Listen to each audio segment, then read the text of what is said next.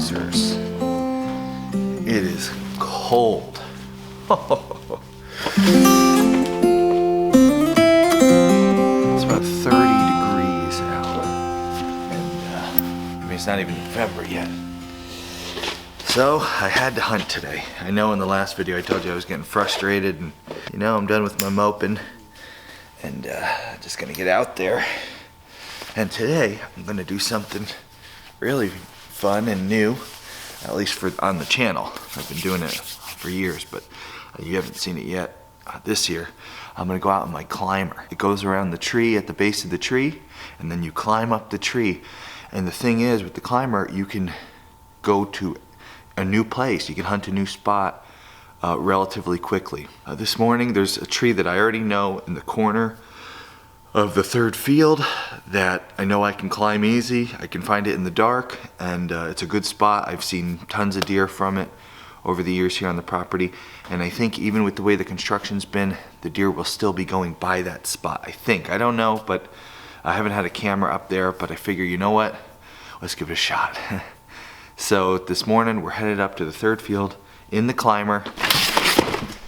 This is the climber. It's in two parts right now. These loops go around the tree and it climbs up the tree. I throw it on my back. I got these backpack straps. This is a Summit stand. I bought this stand. They didn't send this to me. This wasn't free. I bought it a couple years ago. It's awesome. It goes on my back like this. We hike into the woods and find our tree, throw it around the tree, and we're up the tree in no time. So, okay, next time you see me on this camera, we're gonna be up in a tree. Let's go.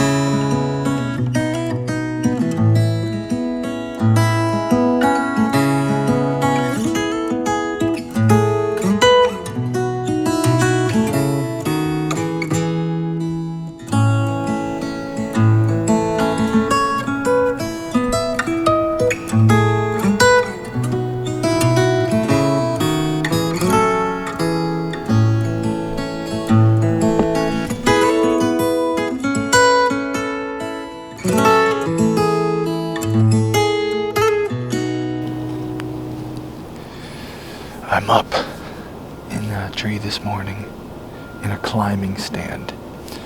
So this stand allows you to climb up the tree,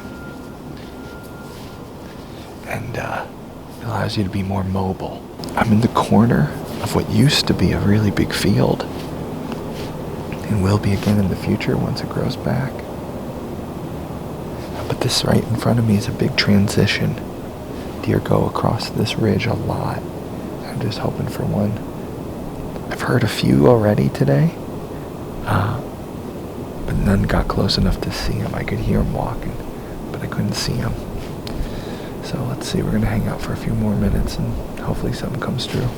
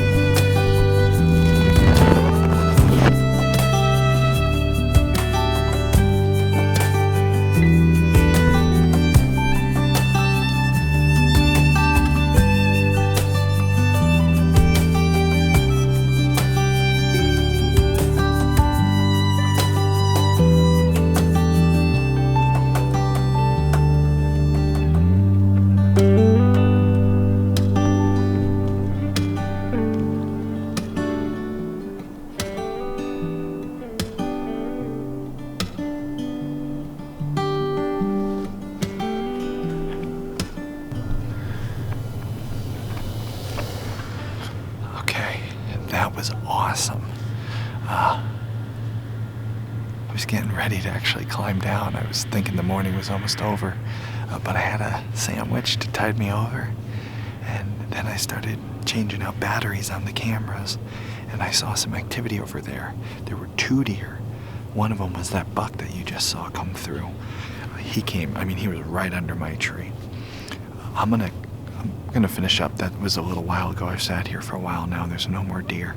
I'll tell you once we get out of the woods why I didn't shoot that buck.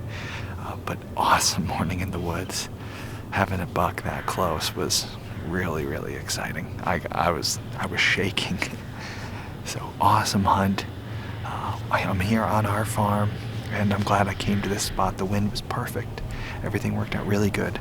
So now I'm gonna climb down, get everything out of here, and as we're driving back, I'll fill you in on the details why I didn't shoot him. But great morning in the woods. Okay, gotta take this all down.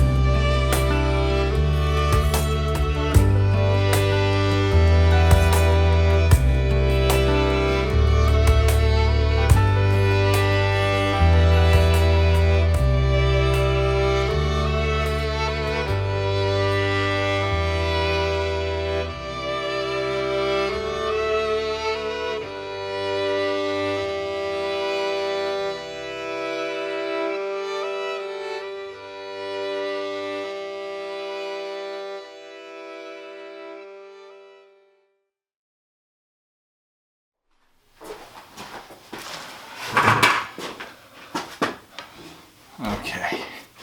I know I'm gonna get a lot of flack for not shooting that buck this morning.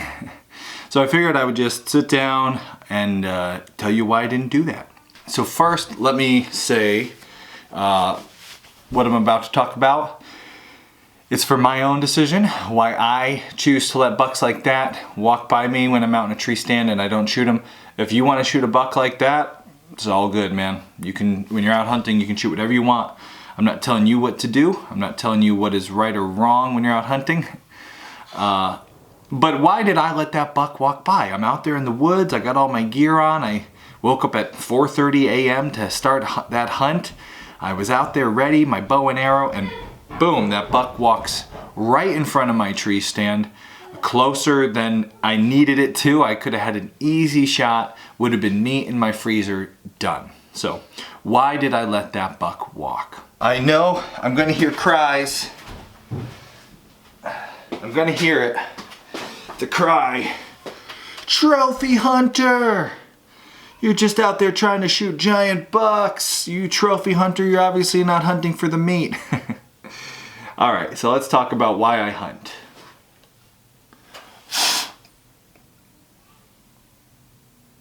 This thing's been in storage. I gotta clean them up. Make nice backdrop for Ask Homesteady, right?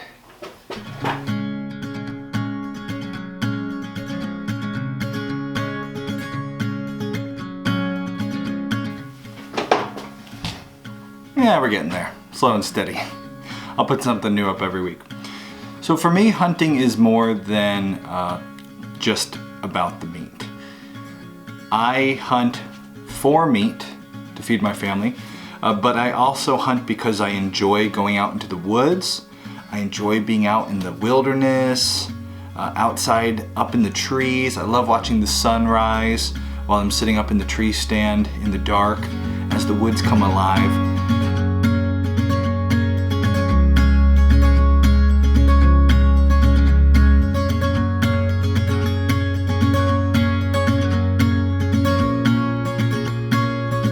Hunting is very much an experience for me. It's about being in touch with nature and my surroundings and getting to learn and watch and be a part of the deer's life cycle. I love farming. I love managing animals. I love having livestock. Deer for me are kind of wild livestock. I look at our property here and I think about ways I can improve the deer herd and I can manage that herd so I can see more deer. I just like watching deer. This morning's hunt, although I did not fill the freezer, was so exciting, so enjoyable. It's a major one of the reasons why I go out in the woods. So for me, to be successful, not every hunt has to have meat at the end of it. If that were the case, I would probably have given up a long time ago. When it comes to shooting bucks like the one I saw this morning, I like to pass, and there's a couple reasons why. Now this is where people will cry, oh, you're just a trophy hunter, you just want to shoot big bucks and get them taxidermied and put them on your wall. I don't get bucks taxidermied so I can brag about big bucks that I've killed or to show them off to anybody. The reason I get a big buck taxidermied, like the one you see behind me, and I have a couple others as well, is because nothing, I think, captures the majesty and the beauty of that animal like I saw it in the woods that day, as well as taxidermy. A picture is great, but a picture can be small and just, it doesn't capture that. And when I get to be fortunate enough to take a giant buck, for me, I mean that might not be a giant to everybody, but for me a big buck like that, I love to see that. It's a beautiful animal. It puts me back there unlike anything else could. So I do like taxidermy. It adds to my surroundings in my office. It puts me back out in the woods that day. I remember the moment like, you know, one of those big moments in your life. And it's putting me back in that adventure. So that's why I do taxidermy. That's why I get my big buck taxidermied if I get one. I don't shoot small bucks for one reason, so that I get to see big bucks like that. It's very rare to see a big buck like that. And if you shoot the bucks when they're young, they never get to be that old, and you have less of those walking around your property. You don't get an opportunity to catch and release with hunting in the way that you do with fish, but you could liken it to catch and release. When you let the smaller fish go, then they get bigger, and that gives you the chance of catching that big giant bass that you've always wanted to catch. If you always eat every bass you ever catch, you're never gonna get that big, beautiful, you know, big 10-pound bass that you've always wanted to catch. With hunting, letting a younger buck walk by, capturing on film, enjoying that moment in the woods without letting an arrow fly, it's the closest you can come to catch and release. And any hunters out there know watching a young buck like that walk through the woods makes for an incredibly exciting morning. In my book, this was a great morning of hunting. It was, just because I didn't shoot something doesn't mean it wasn't a good morning. I had a wonderful morning in the woods, which is nice because I was feeling kind of frustrated last week. And this was a great morning in the woods. So that's one reason. But there are good reasons for your herd to not shoot little bucks as well. Think about it like planting garlic. We have garlic here on this property. My mother-in-law plants every year.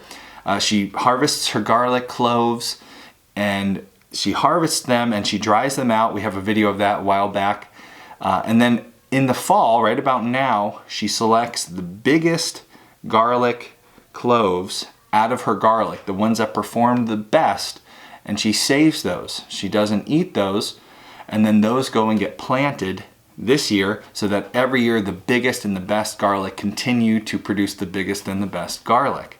I like to manage my deer herd. I like to put food on the property for the deer. I like to clear areas for them to eat. I like to put hinge cut trees on them for them to bed. I like to improve my deer herd and make it healthy. Just like I want healthy livestock, I want healthy wildlife on the property.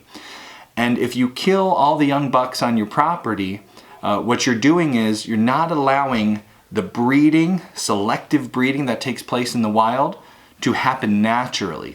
You're essentially taking all the garlic before it can get to be the biggest and the best garlic, and you're just taking it all and kind of randomly planting it instead of being able to allow the big ones to reproduce. So the biggest, healthiest bucks on the property, as they get to be 3 and 4 years old, they will get to breed. And antlers are a sign of health. They literally will grow bigger with a healthier deer, a deer that gets more nutrients. So those big antlers on that nice big buck, they're cool to a hunter, but they really show a manager, look, your deer herd here is healthy. And this guy here, he was a very healthy big buck. If you kill younger bucks, they don't get to reach the age where the healthy, stronger ones can fight for the right to breed. And essentially you're getting rid of randomly bucks that could be the good breeders on your property, continuing to improve the health of your herd. Animals also do well with a different structured age class. Older animals train younger animals. And the way I see it, here in Pennsylvania, I get one buck tag. I can only use it on one deer. I like to use it on an older buck as they get to the age of 5 or 6. At that point, their teeth start to fall out of their mouth and they're headed towards dying of natural causes anyway. So if I'm going to shoot one buck with my one buck tag, it's going to be a big buck that's had plenty of years to spread his good quality seed and now is on his way out the door. There are more does than bucks on most properties. When I'm hunting for meat, I focus on does. Of course, if I do shoot a buck, he gets turned into meat too. We have good ways of treating buck meat so that it's not gross or tough or nasty, and we'll share that if I happen to get a buck this year. But that's why I just wanted to fill you in this morning, why I let that younger buck walk by me. Some of you probably would have shot him. Others of you were probably surprised I didn't. And still others are probably doing the exact same thing I am on their own properties, letting the younger bucks go on to lead a couple more years of life. And when they get to be an old, mature 4, 5, or 6-year-old buck, at that point, well,